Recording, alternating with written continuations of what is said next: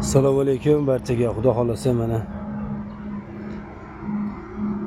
piltalarimiz bosyapmiz oxirgi etajimiz mana.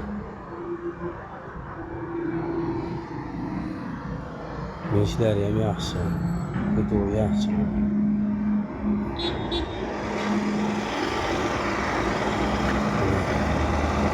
Sifatli piltalar mashhur bo'ladi mana. Vodiy bo'ylab.